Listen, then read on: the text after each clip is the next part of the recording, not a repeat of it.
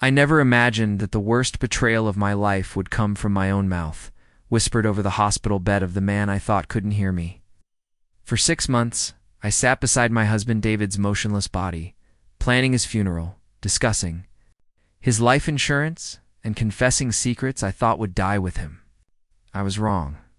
David heard every single word, and when he finally opened his eyes, the reckoning that followed would destroy everything I thought I knew about love, loyalty, and the price of deception. Before we jump back in, tell us where you're tuning in from, and if this story touches you, make sure you're subscribed because tomorrow I've saved something extra special for you. The October sun was setting over Camelback Mountain when my phone rang with the call that shattered my world. David Martinez, my husband of 10 years, had fallen during what was supposed to be a routine business retreat with his construction company.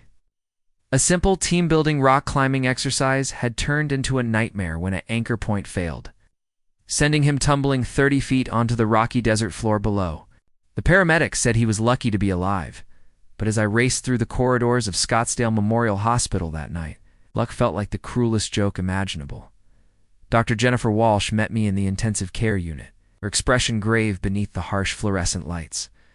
David lay motionless on the hospital bed, tubes and wires connecting him to an orchestra of beeping machines. His head was wrapped in white bandages, and his face, usually animated with laughter or concentration, was slack and eerily peaceful. The swelling in his brain was severe, she explained, and while they'd managed to relieve the pressure surgically, the extent of the damage wouldn't be known until he woke up. If he woke up, that first week passed in a blur of medical consultations, insurance calls, and the exhausting routine of hospital vigils. Our 8-year-old daughter Emma stayed with David's father Bob while I maintained my bedside watch, holding my husband's unresponsive hand and talking to him about everything and nothing. The doctors encouraged it, saying that familiar voices could sometimes reach patients even in deep comas. I told him about Emma's soccer games, about the changing colors of the desert landscape outside our Desert Ridge home, about how much we missed him. I believed I was offering comfort to an unhearing void. By the second week, the financial reality of our situation began to crystallize with brutal clarity. David's construction business, Martinez and Chen Construction, had been struggling even before the accident. The company's insurance would cover the medical bills, but the ongoing expenses were mounting daily. I found myself having conversations I never imagined having, speaking aloud to David's unconscious form about life insurance policies, funeral costs, and the grim mathematics of survival versus letting go. These weren't conversations I was having with David, I told myself. They were conversations I was having with myself. Using his presence as a sounding board for the impossible decisions looming ahead, it was during the 3rd week that Michael Chen, David's business partner, began visiting more frequently. Michael had been David's friend since college, the co-founder of their construction company, someone I'd always trusted implicitly. He brought coffee during my long hospital vigils, offered shoulders to cry on, and gradually became the person I turned to when the weight of uncertainty became unbearable. Michael understood the business pressures we were facing, the contracts that were slipping away, the employees who couldn't wait indefinitely for David's return. He also understood David better than almost anyone, having shared dreams, failures, and successes with him for over a decade. The conversations with Michael started innocuously enough. We discussed the practical matters that couldn't wait for David's recovery, the business decisions that required immediate attention, the financial strategies that might keep the company afloat during this crisis. But gradually our talks became more personal, more intimate. Michael had been divorced for 3 years, and he confessed that watching David and me together had always made him believe in the possibility of lasting love. He admired my strength, he said, my dedication to David even when the prognosis remained uncertain. He wished he could find someone who would fight for him the way I was fighting for my husband. I began looking forward to Michael's visits in ways that made me uncomfortable. When he wasn't there, I found myself watching the clock, anticipating his arrival. When he was there, I felt less alone, less overwhelmed by the magnitude of what I was facing. He would sit on either side of David's bed, Michael holding my hand while I held David's, creating a strange triangle of connection that felt both natural and deeply wrong. I started confiding in Michael about my fears, my doubts, my growing certainty that David might never wake up. These weren't conversations I could have with David's family, who remained optimistic, or with my daughter, who needed to believe her. Father would come home.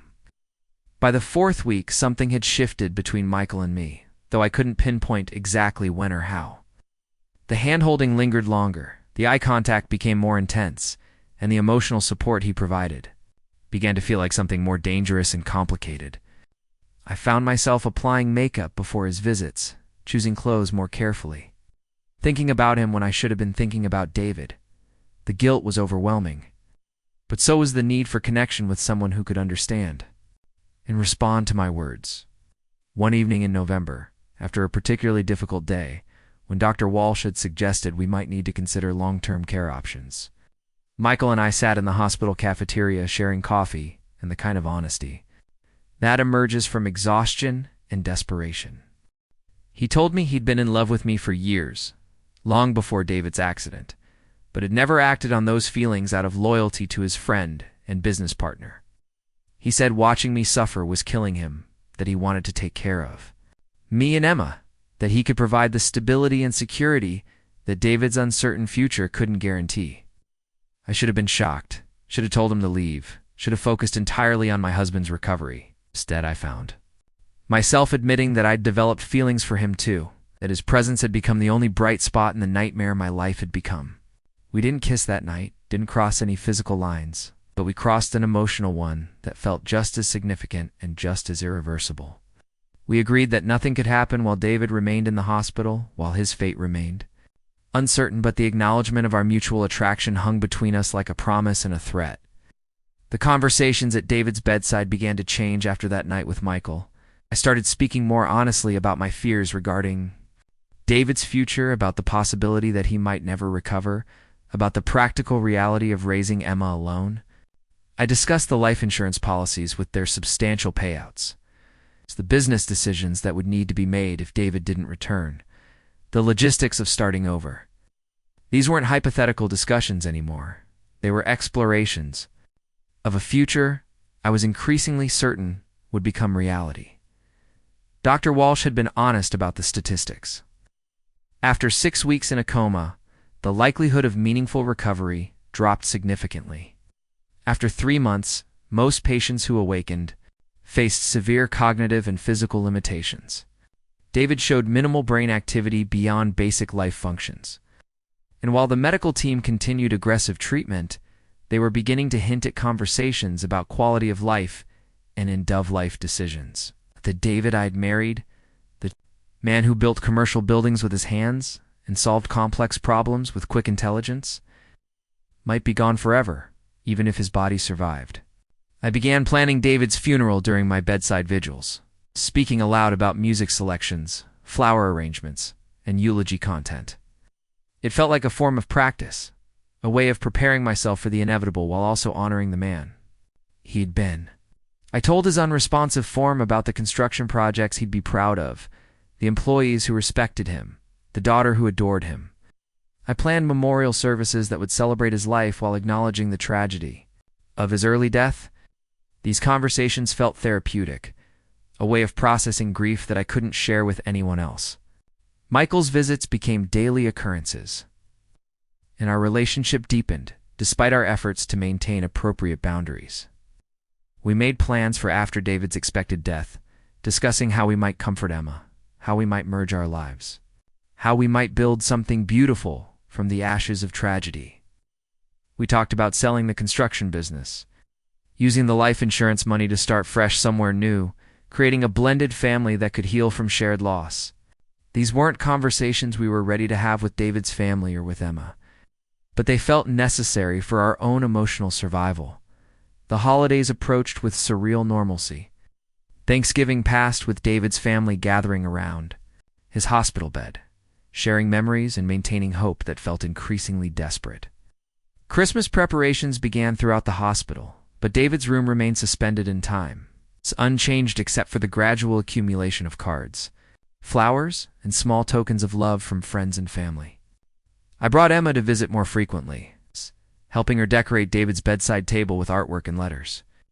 Maintaining the connection between father and daughter even as I privately prepared for the possibility that these might be their final moments together. It was during a particularly emotional visit in early December that I made the most devastating admission of all. Michael had left for a business meeting, Emma was at school, and I was alone with David for the first time in days. The weight of secrecy had become unbearable, and I found myself confessing everything to his motionless form. I told him about my feelings for Michael, about our plans for the future, about my growing certainty that he would never wake up. I apologized for my betrayal, while simultaneously justifying it as necessary for my survival and Emma's well-being. I told him I would always love the man he'd been, but that I couldn't wait forever for a recovery that might never come. The confession felt both liberating and terrible, a purging of guilt that somehow made me feel worse rather than better. But it also felt safe, spoken to someone who couldn't hear, couldn't judge, couldn't respond with hurt or anger. I had no way of knowing that David's consciousness had been gradually returning over the past several days, that he'd been aware of voices and conversations without being able to respond, that he'd heard every word of my betrayal and funeral. Planning, I had no way of knowing that behind his closed eyes, my husband was experiencing the most profound heartbreak of his life while being powerless to react or respond. The medical team continued their assessments and treatments, adjusting medications and monitoring brain activity for any signs of improvement. Dr. Walsh remained cautiously optimistic while being realistic about long-term prognosis. And the nursing staff, particularly Nurse Patty Johnson, maintained the compassionate care that had sustained us through the worst weeks. They had no way of knowing that their patient was increasingly aware of his surroundings, that he could hear and understand everything happening around him, that he was trapped in a body that wouldn't respond to his desperate attempts at communication. Michael and I grew closer throughout December, our relationship evolving into something that felt like an inevitable conclusion. 2 months of emotional intimacy. We were careful to maintain appearances, to behave appropriately in public, but privately, we were planning a future together. We discussed when it might be appropriate to reveal our relationship, how we might support each other through David's expected death, how we might create a new family structure that would provide stability for Emma. The guilt was constant but manageable, overshadowed by the practical reality of needing to move forward with life. I had no idea that every word we spoke in David's presence was being absorbed and processed by a mind that was slowly fighting its way back to consciousness. I had no idea that my husband was experiencing the ultimate betrayal while being unable to defend himself or his marriage. I had no idea that the man I was planning to bury was listening to every detail of my preparations, every confession of my infidelity, every plan for my future without him. Preparing and narrating this story took us a lot of time. So if you are enjoying it, subscribe to our channel. It means a lot to us. Now back to the story. I had no idea that the love story I thought was ending was about to become a story of survival, deception, and the terrible price of assumptions. The December days grew shorter and colder, and David's condition remained unchanged according to all external measures. But inside his unresponsive body, my husband was gathering strength, processing information, and preparing for the moment when he would finally be able to open his eyes and confront the reality of what his wife had become during his absence from consciousness. The awakening that would change everything was still days away. But the foundation for devastation had already been laid through months of conversations that I believed were spoken to empty air. The first signs of David's returning consciousness were so subtle that even the medical staff missed them initially. It began with tiny movements that could have been dismissed as involuntary muscle reflexes, a slight twitch of his fingers when certain voices spoke near his bed, a barely perceptible change in his breathing pattern when Emma visited after school. Dr. Walsh had explained that these responses could be meaningless neurological activity, the brain's random firing of damaged circuits rather than purposeful awareness. But David knew better. He was swimming up from the depths of unconsciousness like a drowning man fighting toward the surface, desperate to break through and reclaim his life. The process of awakening was agonizing in ways that extended far beyond physical pain.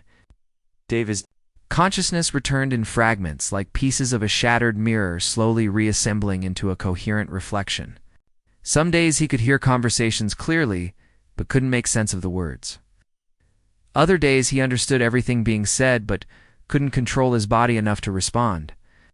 The worst days were when both his hearing and comprehension were crystal clear. When he absorbed every devastating detail of the conversations happening around his supposedly unconscious form. He had heard Sarah's voice change over the months, evolving from the desperate, loving tones of early grief into something more calculated and distant. He had listened to her discuss his funeral arrangements with the same practical efficiency she used for grocery lists or vacation planning. The casual way she described selecting his casket, choosing flowers for his service, and writing his obituary felt like being murdered slowly, one conversation at a time.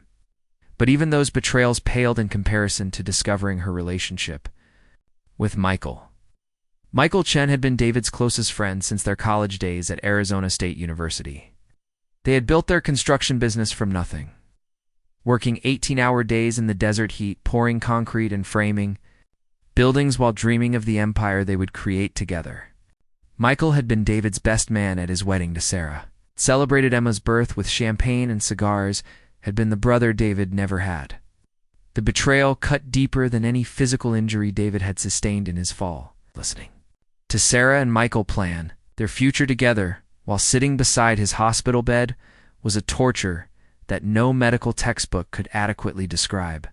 David heard them discuss selling the construction business, using his life insurance money to relocate to a different state, creating new identities for themselves and Emma in a place where their relationship wouldn't be shadowed by the memory of David's death. They spoke about him in past tense, even while he lay breathing mere feet away, as if his presence was nothing more than an inconvenient technicality preventing them from officially beginning their new life together.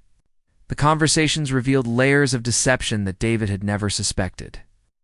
Sarah confessed to Michael that she had been unhappy in their marriage for years, that she had felt trapped by domestic responsibilities and David's single-minded focus on building the business.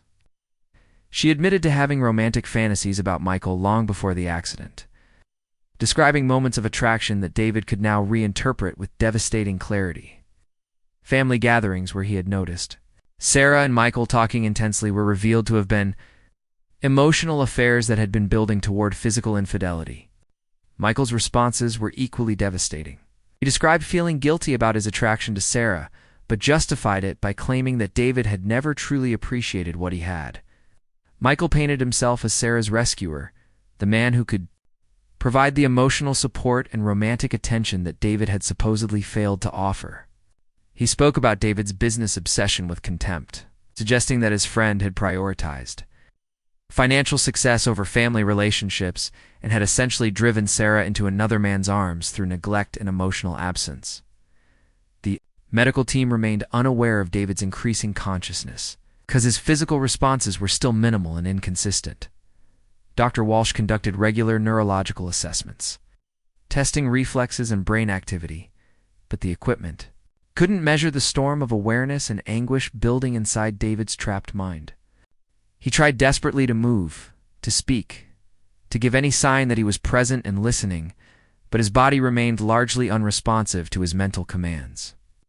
The disconnect between his sharp mental awareness and his physical limitations was maddening. Nurse Patty Johnson became an unwitting ally in David's fight for consciousness. She spoke to him during routine care procedures, maintaining a cheerful commentary about hospital events, weather changes, and her own family dramas. Her voice became an anchor for David's awareness, helping him distinguish between dream states and genuine consciousness. She also unknowingly provided information about the conversations happening when she wasn't present, mentioning seeing Sarah and Michael, holding hands in the cafeteria, or noticing their extended private meetings in the family consultation room. Emma's visits provided both comfort and additional anguish for David's returning awareness. His daughter would sit beside his bed reading school assignments aloud, sharing drawings she had made for him, and maintaining a constant stream of chatter about friends, teachers, and daily adventures. Her innocent love and unwavering faith that her father would return made Sarah and Michael's betrayal even more devastating. Emma had no idea that her mother was already planning a new life that would erase her father's memory and replace him with a man she barely knew as anything more than Dad's business partner. The construction business continued operating under Michael's leadership, but David could hear the stress in conversations about declining contracts and employee departures. Several long-term clients had canceled projects after David's accident. It's uncertain about the company's ability to deliver quality work without his direct involvement. Michael and Sarah discussed these losses with a callousness that surprised David, treating the dissolution of his life's work as an inconvenience rather than a tragedy. They seemed more interested in liquidating assets quickly than preserving the company David had spent 15 years building. David's father, Bob, visited regularly, maintaining hope that his son would recover while struggling with his own grief and uncertainty.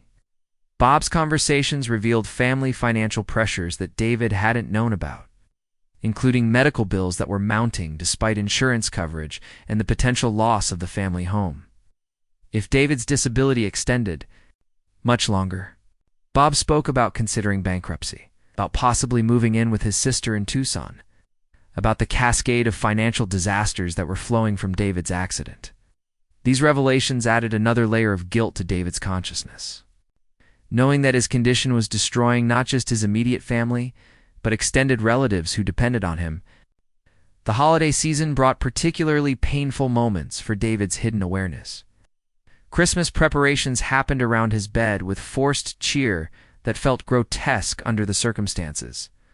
Sarah brought Emma to decorate his bedside area, with handmade ornaments and construction paper, snowflakes, maintaining the pretense of family unity while privately planning his funeral.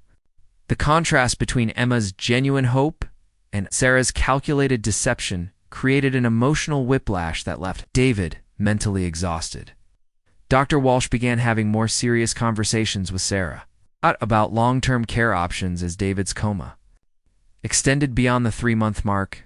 She explained that patients who remained unconscious for extended periods often required specialized facilities. The intensive care unit couldn't accommodate indefinite stays, that difficult decisions about life support might need to be considered. David heard these conversations with growing panic, realizing that his window for demonstrating consciousness was narrowing. If he couldn't soon prove his awareness, medical professionals might support decisions that would end his life before he could expose the truth about Sarah and Michael's betrayal. The physical therapy sessions became opportunities for David to test his returning motor control. Therapists moved his limbs through range of motion exercises, stretched his muscles, and stimulated his nervous system to prevent deterioration. David began focusing intensely during these sessions, trying to assist the movements, attempting to demonstrate voluntary responses. Progress was frustratingly slow, but he could feel strength gradually returning to his body, even as his emotional pain intensified from the conversations he was forced to overhear. Sarah's transformation became more pronounced as the new year approached.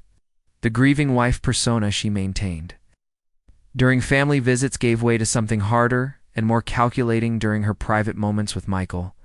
She spoke about David's potential recovery with barely concealed irritation, describing it as a complication that would interfere with their plans rather than a miracle to be celebrated. She had clearly moved beyond grief into acceptance, and was now focused on practical matters, like asset distribution and custody arrangements for Emma.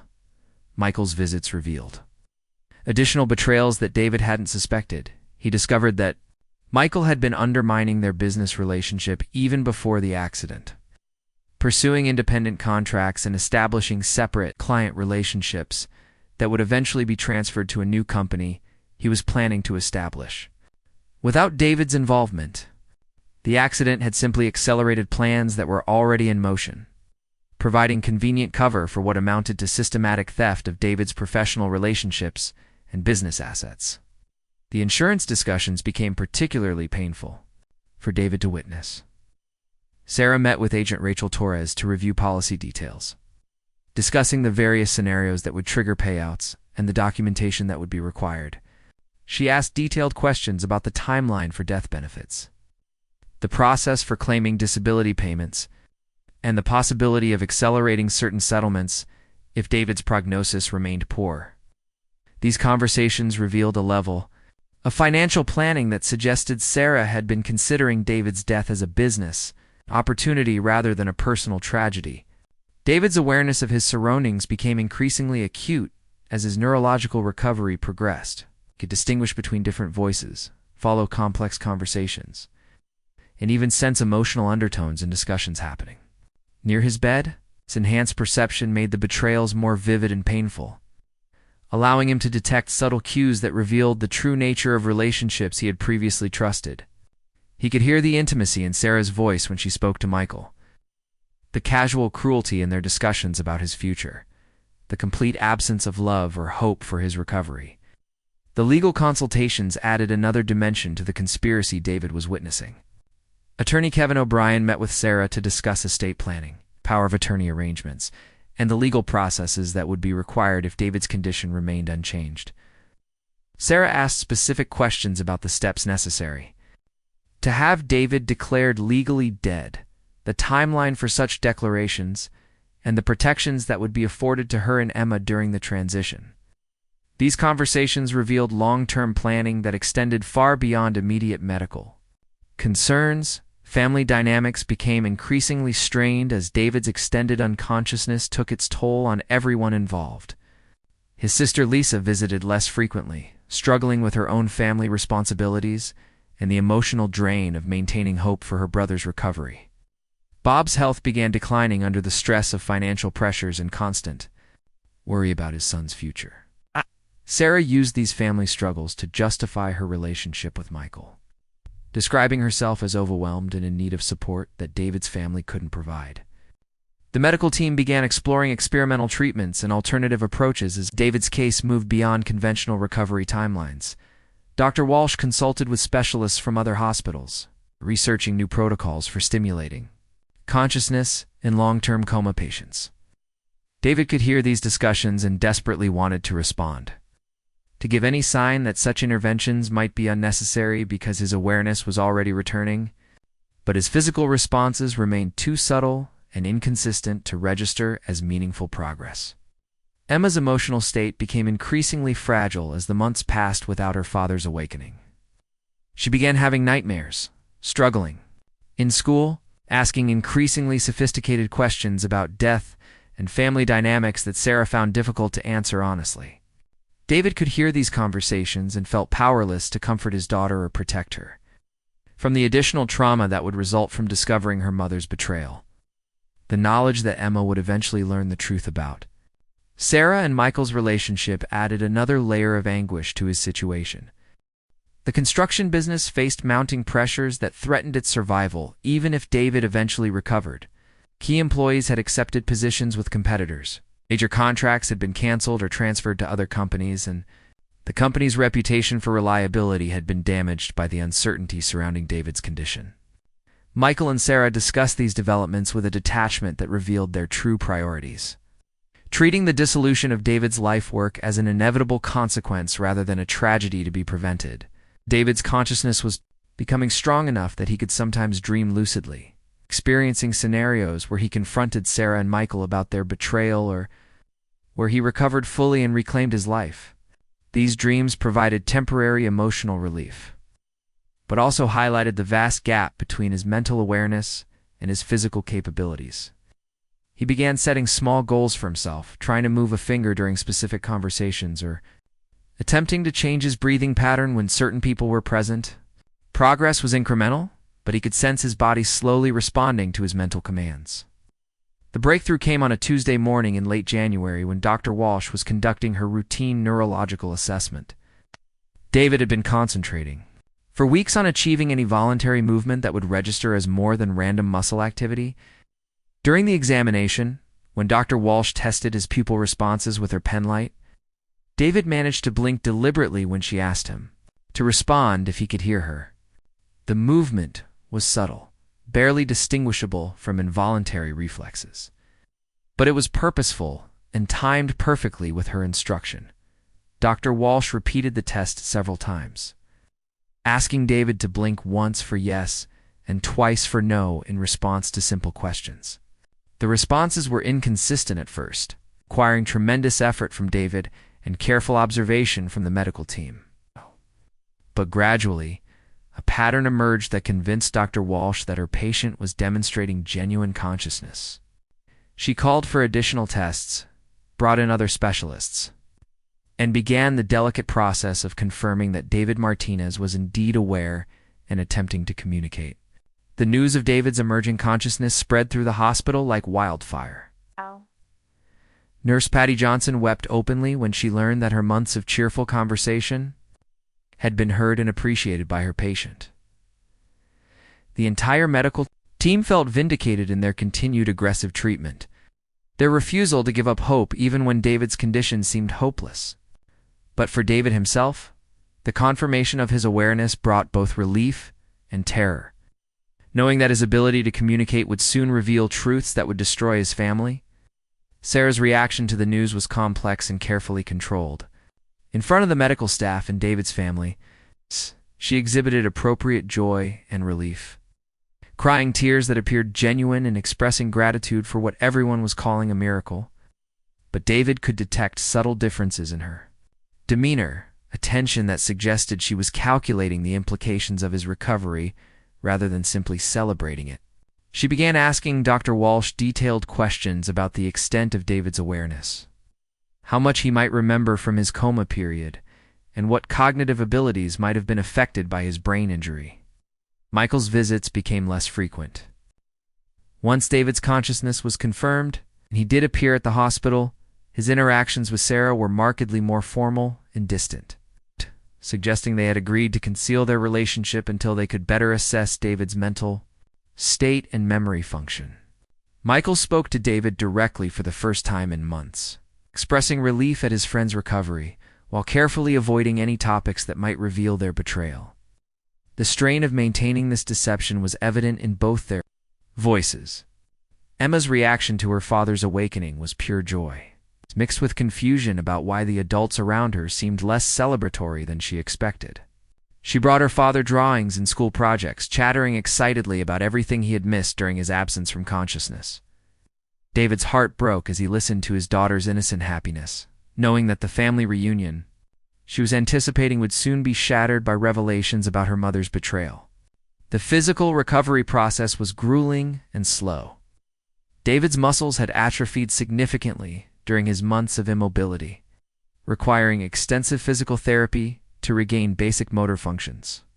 His speech was initially slurred and difficult to understand, providing temporary cover for his inability to immediately confront Sarah about what he had overheard.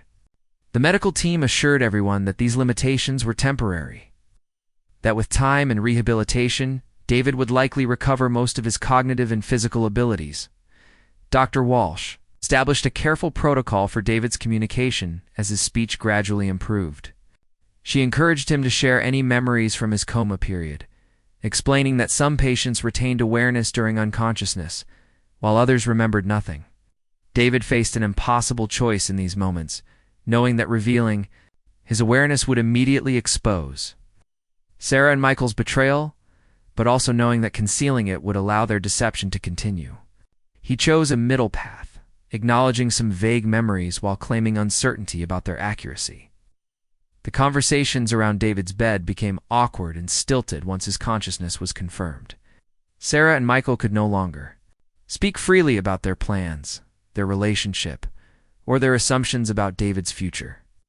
Instead, they maintained careful facades of appropriate concern and support while clearly struggling with the implications of his recovery. David could sense their discomfort and used it to his advantage, asking seemingly innocent questions that forced them to lie directly to his face. Family visits took on new complexity as David's awareness became public knowledge. His father, Bob, was overjoyed by his son's recovery, but also confused by the subtle tensions he sensed between Sarah and other family members. Lisa returned to regular hospital visits, bringing her own children to meet their uncle who had seemingly returned from the dead. These family gatherings required tremendous emotional control from David, who had to pretend ignorance about conversations that had revealed deep fractures in relationships he had previously trusted. The financial implications of David's recovery created additional stress for everyone involved. The life insurance policies that Sarah had been planning to claim were no longer relevant. but the mounting medical bills and business losses remained significant problems. David learned that his construction company was on the verge of bankruptcy, that several major clients had transferred their business to competitors, and that rebuilding his professional reputation would require years of effort. The practical challenges of returning to normal life seemed almost as daunting as the emotional trauma of his family's betrayal. David began planning his own investigation into Sarah and Michael's relationship, using his limited communication abilities to gather information without revealing his suspicions.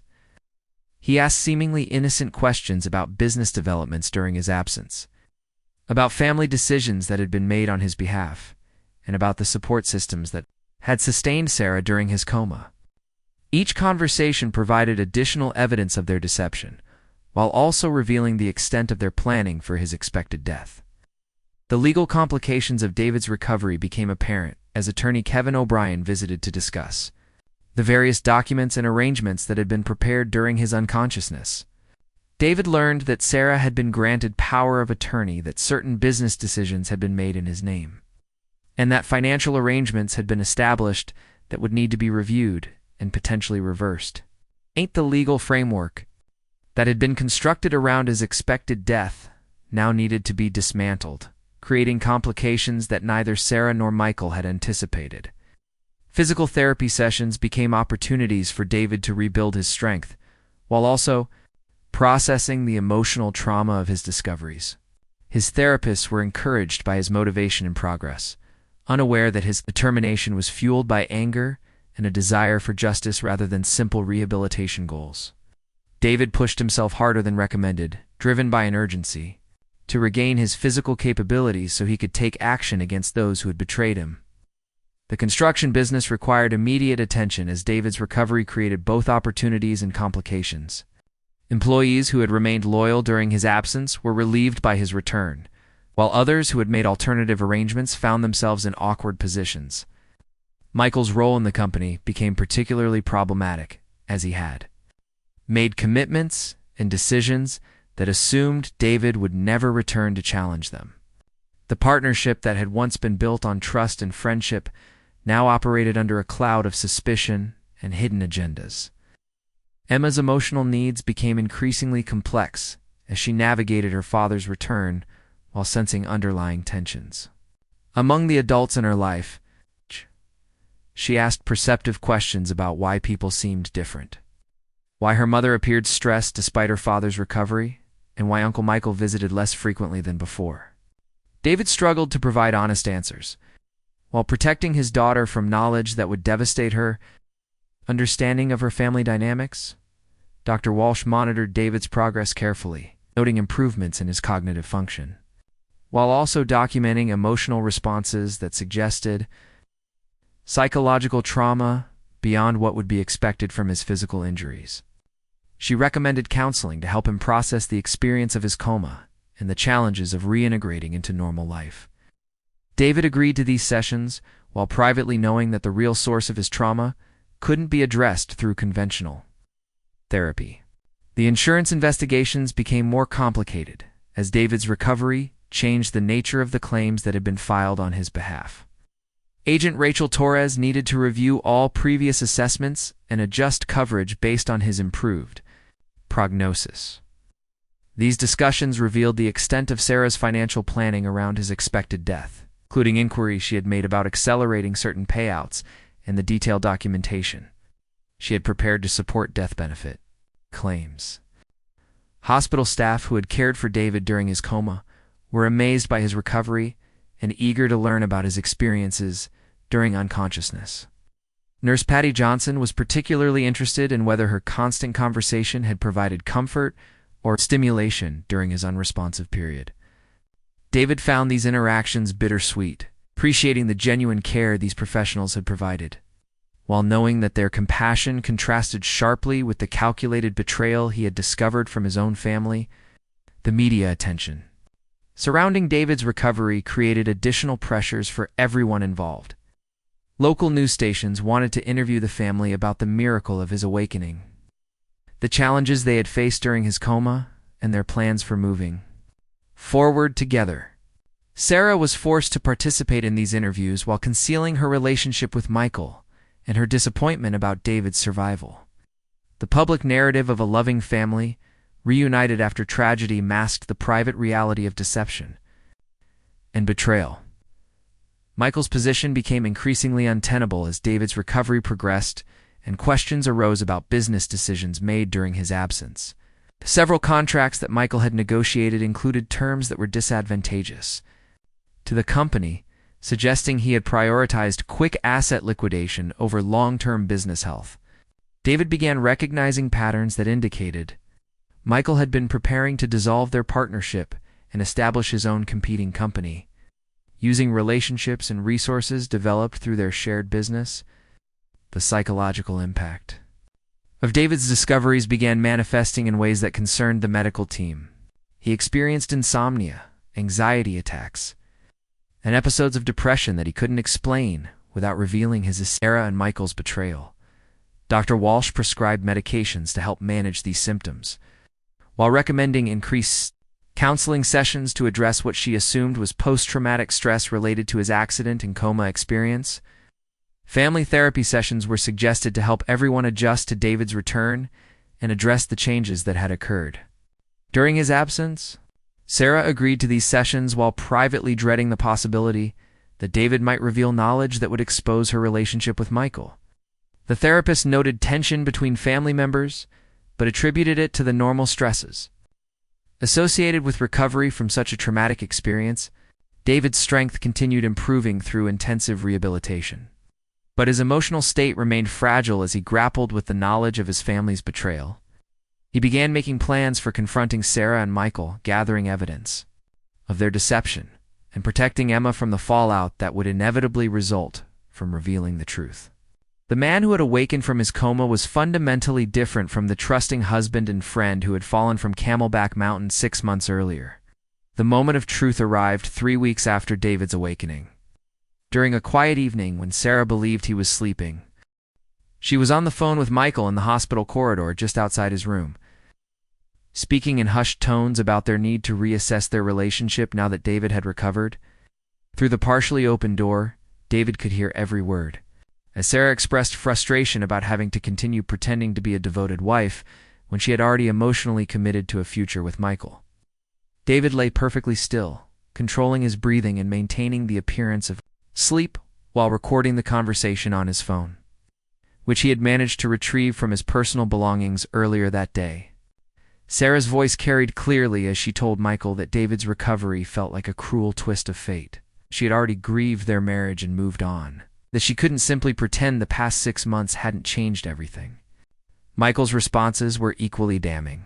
He expressed concern about maintaining their facade while figuring out how to extricate themselves from the complicated situation David's survival had created. The conversation revealed additional layers of their deception that David hadn't previously known about. Sarah admitted to Michael that she had hoped David wouldn't recover. She had actually prayed for his peaceful death during the early weeks of his coma. She confessed to feeling angry about his awakening rather than grateful, describing his recovery as an inconvenience that complicated the new life she had been planning. Michael agreed, saying that David's return from the coma felt like a resurrection that nobody had wanted, least of all the 2 people who had been planning to benefit from his death. They discussed practical concerns about their relationship moving forward, with Sarah expressing uncertainty about whether she could continue living as David's wife while being in love with another man. Michael suggested they needed to develop a long-term strategy for ending her marriage without arousing suspicion about the timing or their motivations. They talked about waiting an appropriate period after David's recovery before Sarah filed for divorce, allowing them to claim that the trauma of his accident had changed their relationship irreparably. David's heart raced as he listened to them plan the systematic destruction of his family while he lay just feet away, supposedly unconscious and unaware of their betrayal. The casual cruelty of their conversation was breathtaking, revealing that they viewed him as an obstacle to their happiness rather than a human being deserving of love and loyalty. They discussed Emma's future with the same calculated detachment, planning how to minimize her emotional trauma while ensuring that Michael would eventually become her stepfather. The financial implications of David's survival were a major concern. In their conversation, Sarah worried about the construction business debts that would now be David's responsibility, rather than being erased by his death. Michael expressed frustration about having to continue their partnership when he had been planning to establish his own company using assets and relationships. He had expected to inherit after David's demise. They discussed strategies for liquidating shared business assets before David could fully recover and resume control of the company. Emma's well-being was mentioned only in passing, with Sarah noting that their daughter would need time to adjust to her father's return while also preparing for eventual changes in the family structure. Neither Sarah nor Michael expressed genuine concern about how their deception would affect Emma emotionally, instead focusing on practical matters like custody arrangements and financial support obligations. Their lack of empathy for the child they were supposedly protecting revealed the true selfishness underlying their relationship. David managed to record nearly 30 minutes of conversation before Sarah and Michael ended their call and returned to his room. They resumed their facade of appropriate concern and support, with Sarah taking his hand and speaking about how grateful she was for his recovery. The contrast between her public persona and her private conversations was so stark that David struggled to maintain his pretense of ignorance. He wanted to confront them immediately, to expose their lies and demand explanations. But he knew he needed more evidence and a better strategy before revealing his knowledge. The next few days passed in a blur of careful observation and evidence, gathering as David documented additional conversations and interactions that revealed the scope of Sarah and Michael's betrayal. He discovered that they had been planning their relationship for months before his accident, that their emotional affair had begun long before his coma, and that his accident had simply provided convenient cover for accelerating their plans. The timeline of their deceptions stretched back much further than he had initially realized. Sarah's behavior around the hospital became increasingly strained as David's recovery progressed and his ability to communicate improved. She seemed nervous about spending time alone with him, often inviting other family members or friends to join them during visits. When they were alone together, she steered conversations away from personal topics and focused on practical matters, like his medical care and rehabilitation schedule. Her discomfort was palpable, suggesting she was struggling with guilt about her betrayal now that David was awake to potentially discover it. Michael's visits became even more infrequent and awkward, with conversations limited to surface-level business matters and expressions of relief about David's recovery. The easy friendship that had once characterized their relationship was completely absent, replaced by stilted exchanges that felt rehearsed and artificial. David could see the stress in Michael's face, the guilt and anxiety that came from maintaining such an elaborate deception while facing the friend he had betrayed. Dr. Walsh noticed changes in David's emotional state and recommended increased psychological counseling to address what she assumed was depression related to his traumatic experience. David agreed to these sessions but found them frustrating because he couldn't reveal the true source of his emotional distress without exposing Sarah and Michael's betrayal. The therapist attributed his anger and anxiety to normal responses to trauma and encouraged him to focus on forgiveness and moving forward with his life. Emma's visits provided both comfort and additional motivation for David as he planned his response to Sarah and Michael's betrayal. His daughter's innocent love and trust reminded him of what he was fighting to protect, while also highlighting how much damage their deception would cause when it was inevitably revealed. He began thinking carefully about how to minimize Emma's trauma while ensuring that she understood the truth about her mother's choices. The construction business faced immediate decisions about its future direction as David's recovery created uncertainty about leadership and financial obligations. Several employees approached him directly to express relief about his return while also sharing concerns about decisions that had been made during his absence. David learned that Michael had negotiated several contracts that were surprisingly unfavorable to the company, suggesting he had been more interested in generating quick cash flow than protecting long-term business interests. Family dynamics became increasingly complex as David's father Bob and sister Lisa sensed underlying tensions without understanding their source. Both family members commented on changes in Sarah's behavior and Michael's reduced presence in their lives, but they attributed these shifts to normal stress related to David's recovery process. David found himself protecting Sarah and Michael's secret while simultaneously planning to expose them, creating an emotional burden that was almost unbearable. The legal complications of David's recovery required meetings with attorney Kevin O'Brien to review and potentially reverse decisions that had been made during his incapacity. David discovered that Sarah had made several financial decisions that benefited her personally while being detrimental to their shared assets. She had also established separate bank accounts and credit arrangements that suggested she had been preparing for financial independence even before his accident. Insurance agent Rachel Torres needed to conduct extensive reviews of all claims and coverage arrangements that had been modified during David's coma. These discussions revealed that Sarah had made numerous inquiries about policy details that would only be relevant if she were planning for David's death rather than his recovery. The pattern of her questions suggested a level of financial planning that went far beyond normal preparedness and indicated deliberate preparation for widowhood. David's physical strength continued improving through intensive therapy, but his emotional recovery was complicated by the knowledge he carried about his family's betrayal. He found himself analyzing every interaction with Sarah and Michael, looking for additional evidence of their deception, while also preparing for the confrontation that he knew was inevitable. The man who had once trusted completely now questioned everything and everyone around him. The media attention surrounding David's recovery created additional pressure to maintain the facade of a happy family reunion. Local news stories portrayed Sarah as a devoted wife who had maintained hope throughout David's darkest period, never knowing that she had actually been planning his funeral and pursuing another relationship. David struggled with the public narrative while knowing that revealing the truth would destroy not only his marriage, but also his daughter's sense of security. Hospital staff who had cared for David during his coma continued monitoring his progress. And marveling at his recovery, Nurse Patty Johnson remained a source of genuine warmth and support. Unaware that her patient was grappling with emotional trauma that had nothing to do with his medical condition, David appreciated her kindness while recognizing that very few people in his life had shown him the genuine care and loyalty that this relative stranger had provided. The psychological impact of carrying such devastating knowledge while maintaining normal relationships was taking a toll on David's mental health. He experienced panic attacks when Sarah kissed him, felt physically ill when Michael expressed concern about his well-being, and struggled with insomnia as he replayed conversations he had overheard during his coma. The medical team attributed these symptoms to post-traumatic stress and adjusted his medications accordingly. Emma's emotional needs became increasingly important to David as he realized that any action he took would significantly impact her life and sense of security.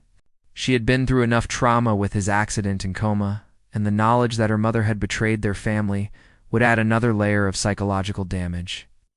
David found himself torn between his desire for justice and his need to protect his daughter from additional pain. The construction business required immediate attention to prevent further deterioration. But David's emotional state made it difficult to focus on professional responsibilities. He discovered that several key employees had accepted positions with competitors during his absence, that major contracts had been lost due to uncertainty about the company's leadership, and that the reputation he had spent years building was damaged by months of inconsistent performance under Michael's direction. Financial pressures mounted as David realized the extent of the debts that had accumulated during his absence and the assets that had been depleted by medical expenses and business losses. The life insurance policies that Sarah had been planning to claim would have resolved these financial problems. But his recovery meant that the family now faced bankruptcy unless significant changes were made to their business and personal spending. David began making discreet inquiries about divorce proceedings and custody arrangements, wanting to understand his legal options before confronting Sarah about her betrayal. He learned that Arizona's community property laws would complicate any divorce settlement, that his recent medical condition might affect custody decisions regarding Emma, and that proving adultery would require substantial evidence of Sarah and Michael's physical relationship rather than just their emotional affair. The weight of maintaining his secret while planning his response was becoming unbearable, but David knew he needed to be strategic about timing and approach. He had one chance to handle this situation correctly, and the consequences of his decisions would affect not only his own future but also Emma's emotional well-being and sense of security. The man who had awakened from his coma was fundamentally different from the trusting husband who had fallen 6 months earlier, and the reckoning he was planning would change everything. David's opportunity for justice came sooner than expected. When Sarah made a critical mistake that provided him with irrefutable evidence of her betrayal, on a Thursday evening in February, she believed David was asleep in his hospital bed when she received a text message from Michael that made her gasp. Audibly, David watched through barely opened eyes as Sarah read the message, her face going pale with shock and fear. She immediately stepped into the hallway to make a phone call, speaking in urgent whispers that David strained to overhear. The conversation revealed that Michael had been involved in a minor car accident earlier that day, and police had found a hotel room key in his vehicle that belonged to a room registered under Sarah's name. The hotel was located 30 miles from Phoenix, in a small town where neither of them had any legitimate business reason to visit. Michael was panicking about how to explain the key if investigators questioned him about it, and Sarah was desperately trying to devise a cover story that would explain their connection without revealing their affair. David's blood ran cold as he realized the implications of this discovery. Sarah and Michael hadn't just been planning a future together. They had been conducting a physical affair during his coma, meeting in hotel rooms while he lay unconscious, and everyone believed Sarah was a grieving, faithful wife. The depth of their deception was even worse than he had imagined, and the hotel records would provide concrete evidence of their relationship that couldn't be dismissed as emotional support between friends. Sarah's phone calls over the next hour revealed the panic that had seized both conspirators as they tried to manage this unexpected crisis. She called in sick to work, arranged for Emma to stay with David's father, Bob, and began making plans to drive to the hotel to retrieve any additional evidence that might connect her to Michael before investigators could discover it. David listened to every word while maintaining his pretense of sleep, recording the conversations on his phone, and finally obtaining the proof he needed to expose their betrayal completely. Up next, you've got 2 more standout stories, right? On your screen, if this one hit the mark, you won't want to pass these up. Just click and check them out.